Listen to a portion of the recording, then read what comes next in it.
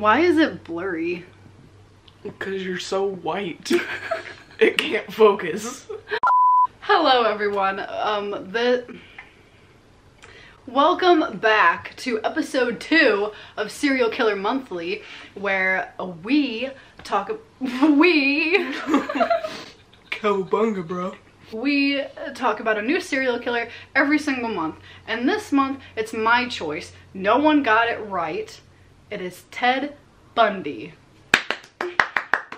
I have been saying it wrong for so long. I would say Ted Buddy, like, because I just start talking so fast. So we're gonna see how many times I butcher that this time. Hopefully none. I've been practicing in the mirror. Practicing? I thought you said bronchitis. Bronchitis. If you are sensitive to topics and discussions with sexual assault, rape, murder, things like that, I would highly suggest watching with viewer discretion, and if you can't, please go watch a different video. So, Ted Bundy. He was born as Theodore Robert Cowell. He was born November 24th, 1946, and he died January 24th, 1989. His early life. His mother's name was Eleanor Louise Cowell, but she went by Louise. I think it's Louise. Louise? Luis is like a Mexican name for a man. Oh yeah, Louis? Luis? You just said it twice and then you switched over to saying Louis. She was 22 and unmarried when she gave birth to Ted. And from the last video, you know that it's kind of frowned upon to do that. Her parents were very religious and they weren't very happy with that. They were kind of humiliated and they're just disappointed. Ted was born at the Elizabeth Lund Home for Unwed Mothers in Burlington, Vermont. Like we said last video, it was really frowned upon to give birth out of wedlock back then. Where they would go to this home for unwed mothers, have the baby, and then either put it up for adoption or take it back. Like, they had time to decide what they wanted to do. He spent 2 months there after he was born because his mom was considering putting him up for adoption or taking him back, but ultimately her dad wanted them to move to Philadelphia and be together as a family. His biological father was never identified, but there are like some speculations and rumors. A possible one is a man named Lloyd Marshall.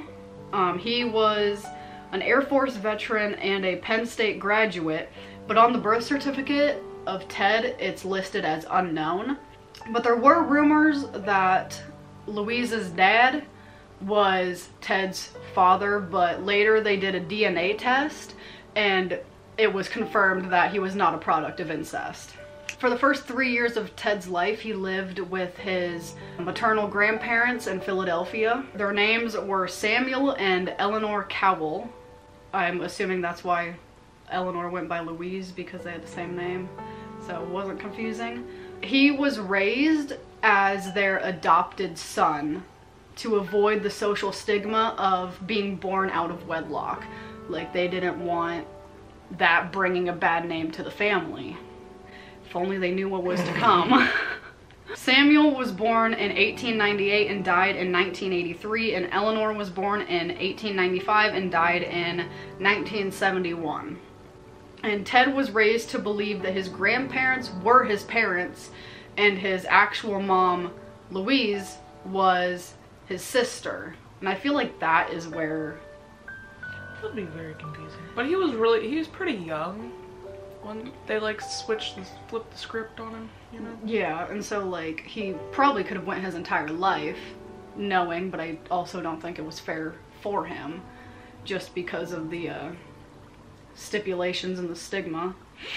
Growing up, his behavior was occasionally disturbing, as said by family and those who knew him. At the age of 3, Ted became obsessed and extremely fascinated with knives. That was probably a warning. That's a very strange thing for a 3-year-old. Yeah. Also, why was a 3-year-old playing with a knife in the first place? Like, why were they allowing that? And Louise's younger sister Julia said she woke up from a nap one day and found herself surrounded by knives from the kitchen, and Ted was standing at the bed smiling at her. Like, what would you do in that situation? Get out of my room. Sandy Holt, a childhood neighbor, said he was a bully. He liked to terrify people. He liked to be in charge. He liked to inflict pain and suffering and fear. There were many theories about his grandparents too, because when he, later in his life, when he started talking about them, he told so many people different things. He told people that Samuel was a tyrannical bully who beat his wife, threw Julia down the stairs for oversleeping, and swung cats around by their tails, and he would speak out loud to unseen forces. And then Ted described his grandmother as timid and obedient. She had electroconvulsive therapy for depression and feared to leave the house near the end of her life. When people started hearing about that, they started questioning it because they were like, that doesn't sound like them. The locals said that Samuel was a fine man and he was very eccentric and he loved helping people. He was very friendly. And Eleanor couldn't leave her home because she had a stroke from being overweight and that she wasn't actually mentally ill. And back then, you know, mental illness was such a hush-hush topic. So people were really like, that doesn't seem right. Like, if you had any sort of mental illness, people were like, yeah, like, stay away from me. So I wonder if he said that on purpose, just to kind of get people being like, what the heck? It also seems to be a common theme that they would change their stories all the time. Like serial killers, they'd be like, oh, this, nope, this, nope, this, nope, this. And that's what Eileen did in the last episode. If you haven't watched that, you should go watch it. In 1950, Louise changed her surname from Cowell to Nelson and moved to Tacoma, Washington. She lived with her cousins Alan and Jane Scott, and there she met Johnny Culpepper Bundy at an adult singles night at Tacoma's First Methodist Church. He was a hospital cook, and they got married in 1951. Johnny ended up adopting Ted, and Ted took his last name, Bundy. Ted did not like his stepfather, though. He resented him for being too uneducated and working class. Pardon me, Ted. Johnny and Louise had 4 children together. They were still married when Ted was accused of his crimes, and she refused to believe the charges for years. So his mom was like, no, Ted would never. When Ted started school, he did really good, but he didn't get along with his peers. Probably because he was a little creepy or terrifying. As a teenager, he started peeking into people's windows and stealing, like, just anything he wanted. He was like, oh, thanks, I'll take that.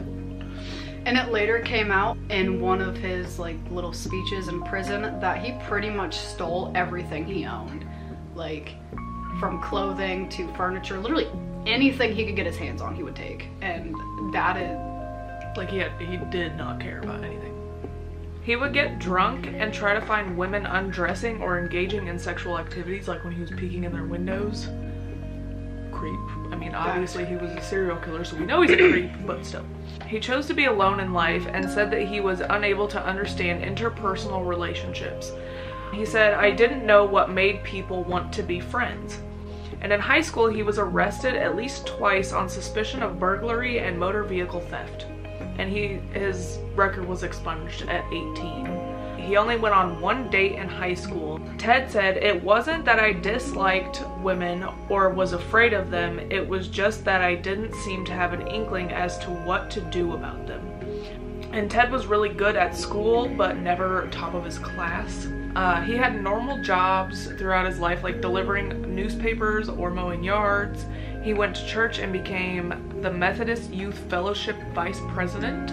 He enjoyed detective fiction stories that were gory with rape and murder. Of course he did. Like, yeah. Do you want to see more of this? Straw.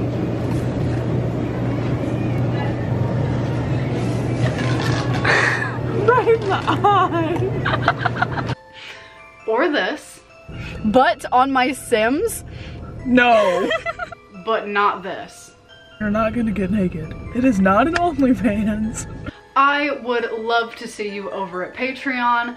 We have a Patreon account that the link is in the description. You can go to it and subscribe and see all of this bonus content, Q&As, lives, bonus pictures, bonus footage, blooper reels,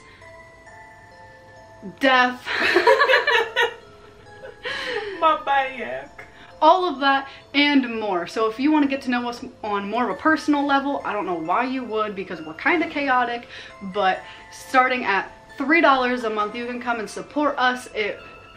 The support helps us with things like buying new equipment, going out and making more content for you guys. So the support is very much appreciated, and I thank all of you who have or are going to subscribe, and I look forward to seeing you over there.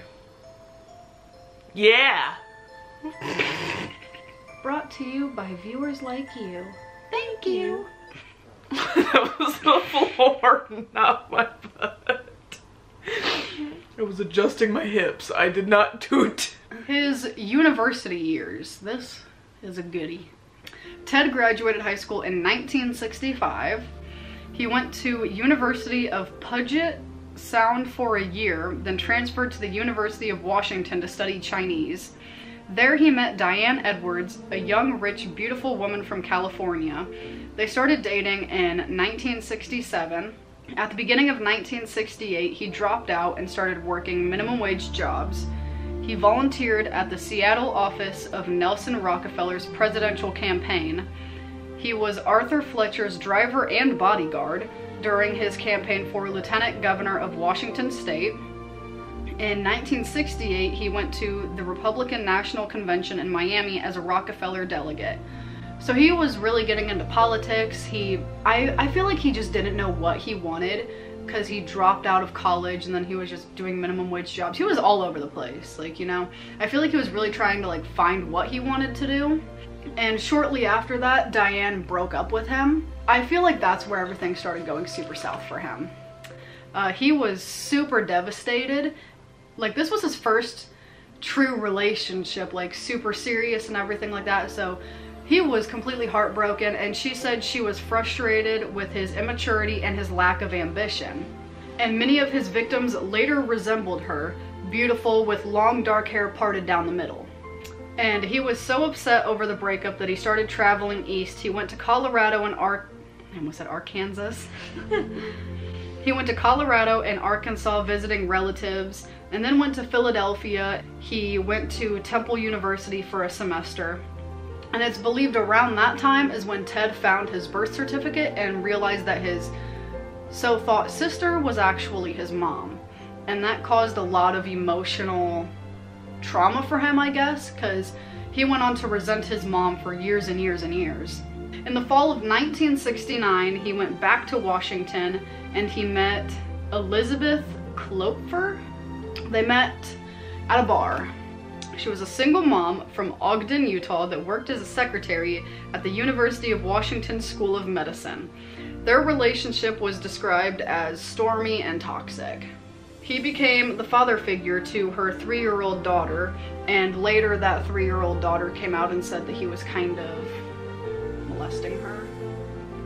In mid-1970, he re-enrolled at the University of Washington for psychology.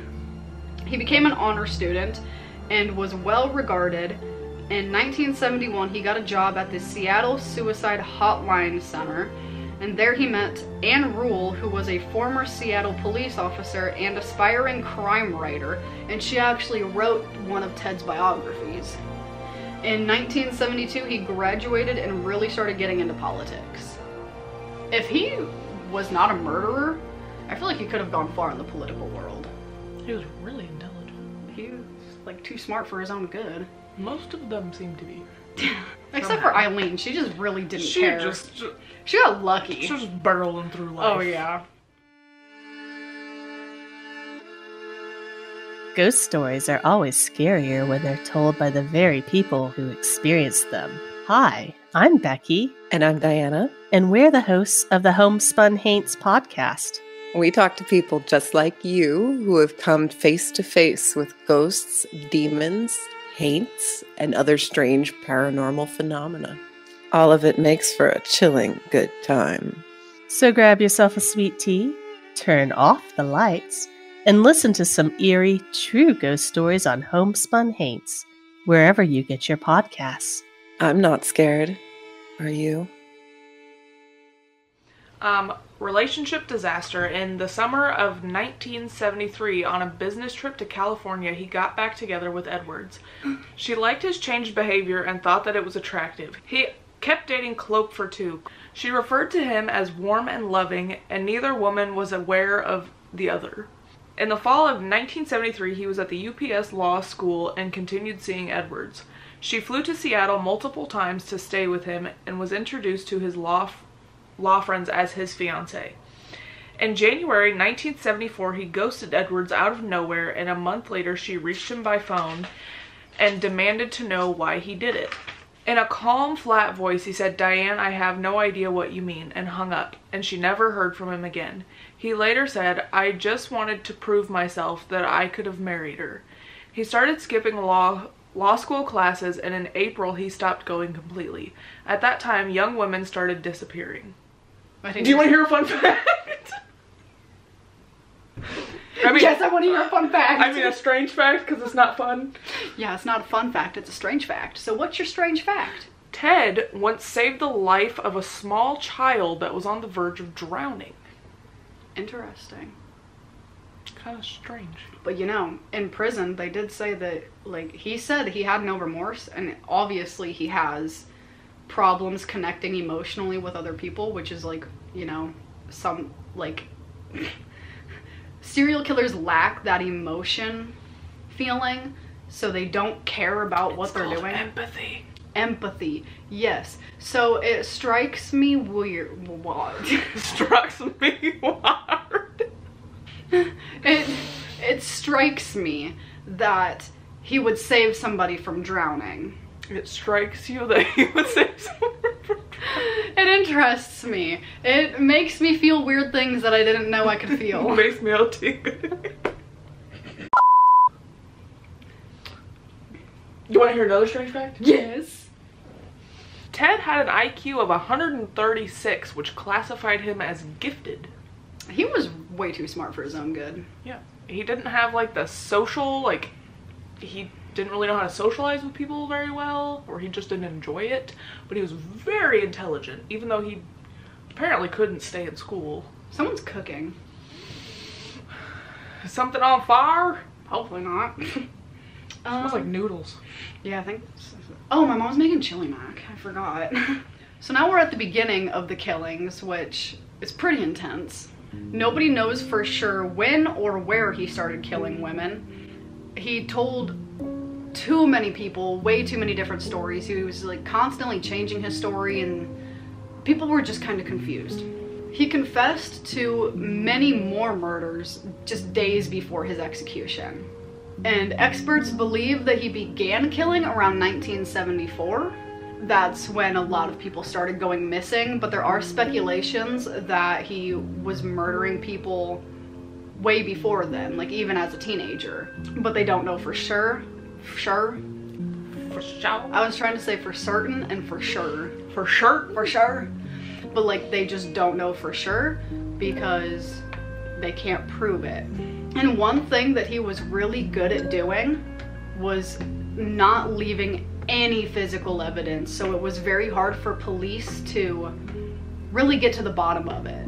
And that's just because he was so dang smart. Many victims were said to be seen last in the company of a young man with dark hair. The earliest documented homicides came in 1974 when he was 27. He confessed to the killings of 36 women across several states in the 1970s, but many believe the final number is closer to 100. But we'll never know. There was a pattern to his murders. He would rape them and then kill them, and just his lack of empathy to... God, some of them were so violent. He would lure his victims in by asking for their help and pretending to be injured.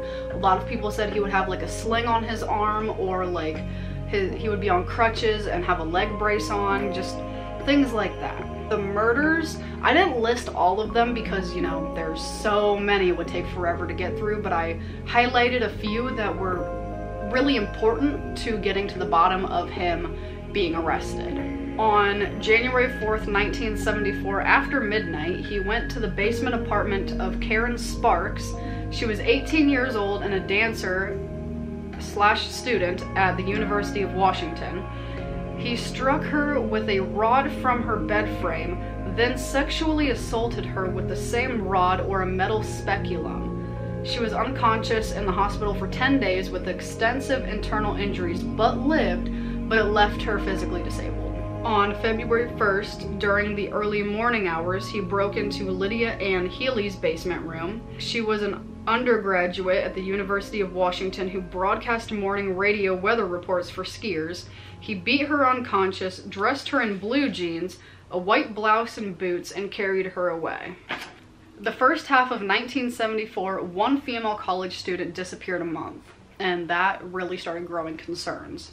On March 12th, Donna Gail Manson, a 19-year-old student at Evergreen State College in Olympia, left her dorm to go to a concert on campus but never arrived.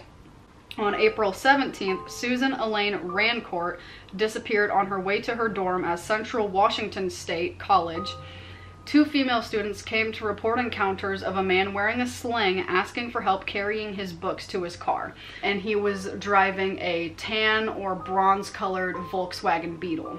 On May 6th, Roberta Kathleen Parks left her dorm at OSU to get coffee and never arrived. And one thing that he left, there were a couple more, but the one thing that he did, he left no physical evidence. So police had no clue where to begin, what to do. They were just as clueless as everybody else.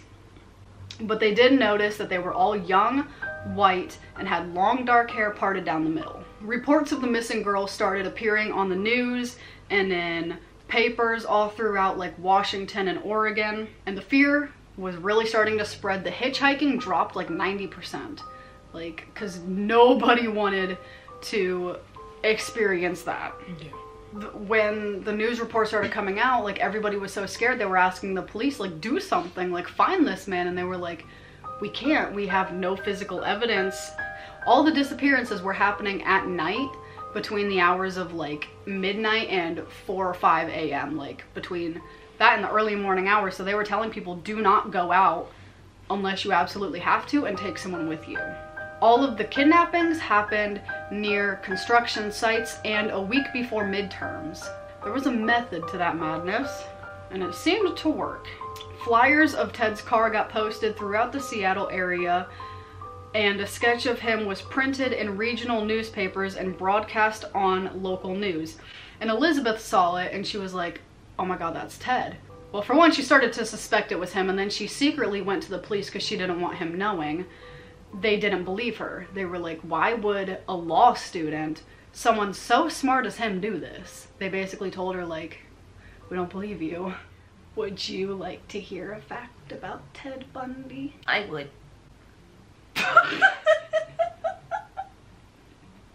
What in the hell was that voice? It was, I don't know, SpongeBob came out or something. Contractors claim that Ted's childhood home is haunted. A company started remodeling the house in September 2016 and immediately noticed strange events happening inside the house. The workers claim they heard doorknobs jingle, knocking on the door, and 2 notes written in the home, one reading "leave" in sawdust and one saying "help me" in the dirt in the basement. Let's go investigate. Okay. Did you know that he had a fan club in prison? I didn't know that. You liar. In August of 1974, he moved to Salt Lake City and left Elizabeth in Seattle. He went to the University of Utah Law School. A new string of homicides happened that month, and on September 2nd, he raped and strangled an unidentified hitchhiker in Idaho.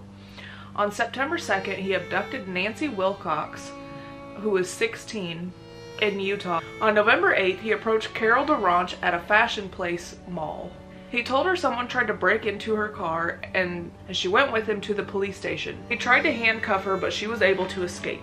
From what I read was that he was being charming, as always, and he approached her and was like, hey, someone's trying to break into your car. And she was like, oh no. And then he was like, let me give you a ride to the police station. And she was like, okay, okay. And you know, back then it wasn't, you trusted strangers more than you do today. And they started going down the road, and she noticed that they were going away from the police station down these dirt roads. And she was like, wait, this isn't it. And once he realized that she caught on, he tried to handcuff her, but he ended up getting both handcuffs on one wrist, so she was able to flee. That was a vital mistake. In November, Elizabeth went to the police for a second time with evidence. His name was added to a list of suspects. Religion. In August or September of 1975, he was baptized into the LDS. Not an active participant, and he ignored the rules and was excommunicated in 1976. And to be clear, it was the LDS, not the FLDS, not the cult, but the legitimate religion. Arresting on August 16, 1975, Ted was pulled over by Utah police and his vehicle was searched. The police found a crowbar, a ski mask, handcuffs, and a coil of rope. The police remembered the car description from the Carol DeRanch kidnapping. Ted was arrested but released under his own recognizance. He was placed on 24-hour surveillance. On October 2nd, 1975, he was put in a lineup and DeRanch recognized him. He was bailed out by his parents for $15,000. He lived with Elizabeth between indictment and trial. In February of 1976, he went to trial for the DeRanch kidnapping. He waived his right to a jury because of the negative publicity. A 4-day bench trial led to him guilty of kidnapping and assault. In June, he was sentenced to 15 years in Utah State Prison. In October, he was found hiding in the bushes with an escape kit. He spent several weeks in solitary confinement. In the same month, he was charged for the Campbell's murder, and he acted as his own lawyer. He escaped during his trial. He opened a window and jumped from the second story and injured his right ankle. He limped to a cabin and broke in and stole a rifle. He got lost in the forest in the Aspen Mountains and was found June 13th in an Aspen in a stolen car. And then he escaped again. In December, he climbed out of a hole that he made in the ceiling of his cell. He lost 35 pounds to be able to fit through the hole. And they didn't notice that he was missing for 15 hours, that's a long time. Yeah. Like that's a heck of a head start. Like usually they do like 30-minute rounds, like every 30 minutes you check, and wow. I mean, he like made his bed look like he was in it, but still, like 15 hours was a long time. For realsies. He made his way to Tallahassee, Florida and arrived on January 8th, 1978. On January 15th, he broke into a sorority house at PSU and murdered 2 females. He crushed one skull with a piece of oak firewood and beat and strangled the other. He beat and strangled the second girl and bit into her butt and through one of her nipples and raped her so violently that it ruptured her internal organs. He attacked another, breaking her jaw and deeply lacerating her shoulder, but she survived. He attacked another and gave her a concussion, a broken jaw, lost teeth, and a crushed finger, but she also survived. Then he fled the scene, and on February 8th, he drove to Jacksonville, Florida. A day later, he kidnapped and murdered a 12-year-old named Kimberly Leach. He was arrested near the Alabama state line a week later. You know, if he would have fled and didn't continue to murder people, he probably could have just got away. For a while, at least. And later he did say that. He was like, if I wouldn't have done those and got police attention on me, because, you know, when they got murdered, they were like, oh, he's in Florida. And, you know, it got the police and everyone looking out for him. But, you know, if he would have, like, just changed his name, got some disguises and stuff, he could have lived probably a while without being caught. And then the trial, it was the first trial to be televised. It was in Miami, and it was for the Chi Mega homicides. There were 250 reporters from 5 different continents, so Ted Bundy was a big deal. But all that mattered to Ted was being in charge. He didn't care about anything else except for doing what he wanted to do, and he didn't take advice from anybody else. And he also couldn't bring himself to say that he was guilty. Like, he could have got a plea deal and spent, like, what, 50 years in jail, avoided the death penalty completely, but he was too, what's the word? self-absorbed? No. He just didn't want to admit that he was the one that did it. So instead he got executed. He was convicted on July 24th, 1979, and it imposed the death sentence. And then the trial for Kimberly Leach came 6 months later in Orlando, Florida. He was found guilty after less than 8 hours. It was a super quick trial. They were like, you did it, there's no getting around it. And it was during this trial he proposed to Carol Boone. She was there because she was serving as a character witness, and during her testimony, or while she was testifying, he proposed to her. And in Florida, it's legal as long as there's a judge there, right? Yeah, so he was legally married. I don't know why he did that. And she accepted. Probably because your spouse can't testify against you. Yeah. They had met 6 years prior. They were both working at Emergency Services Department in Olympia, Washington. In 1981, she gave birth to a daughter, Rose, and Ted was named as the father. Not much is known about Rose, though. And eventually, realizing that he was actually guilty, Carol divorced him, and then a year later stopped seeing him altogether. She divorced him 3 years before he got executed. Carol and her daughter Rose moved back to Washington, and they just spaced. Like, they wanted nothing to do with Ted, nothing to do with the media, anything like that. Ted's execution on February 10th, 1980, he was sentenced to death by electrocution for the 3rd time. He spent 10 years on death row and confessed to Elizabeth from his prison cell. The day before his execution, he talked about suicide, and on January 24th, 1989, he was executed in the electric chair at 7:16 a.m. His last words were, "Jim and Fred, I'd like you to give my love to my family and friends." Jim and Fred, one was his attorney and the other one was the Methodist priest. He never felt guilty or had any remorse while he was on death row, and his attorney thinks his first victim was a male. And as he was being executed, fireworks were set off and the crowd was cheering. He was cremated in Gainesville with no public ceremony. Before he was executed, he requested that his ashes be scattered in the Cascade Mountains, where he murdered at least 4 of his victims. That is sickening. So if you like this video, like and comment, subscribe. I'm out of breath. That was a lot. If you're enjoying Serial Killer Monthly, I mean, y'all loved the first one, so our next serial killer, if you guess it in the comments, we'll give you a shout out. This serial killer died August 5th, 2017. This serial killer had between 5 and 13 victims. So we want to know your guesses. And we'll see you at the last Tuesday of March. That's literally when we've been posting, the last Tuesday of every month. It's on a new day. So stay tuned.